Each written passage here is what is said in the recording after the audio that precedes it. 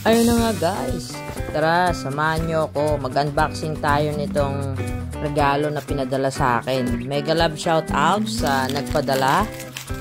Stay put ka lang dyan. Maraming salamat sa iyo. At syempre mega love shout out sa nagdala din nito, si Ate Cora. Mega love shout out Ate Cora, thank you so much sa pagdadala ng aking gift. Thank you so much. Ayan guys, ina-unboxing na natin. Maganda yung pinakang lagayan nito. Buksan na natin to. At voila! It's a Tag-Heuer watch.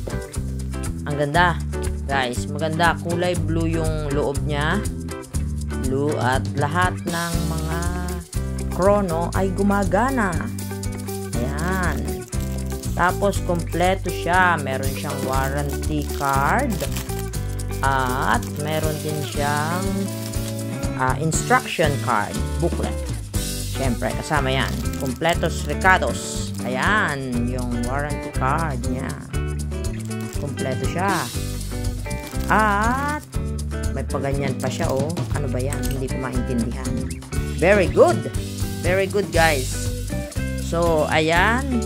Nakikita nyo, talaga naka-plastic pa siya.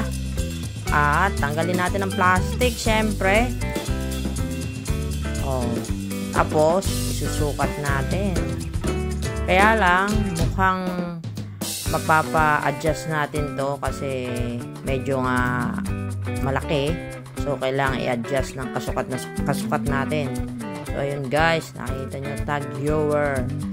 Authentic Tag-Heuer.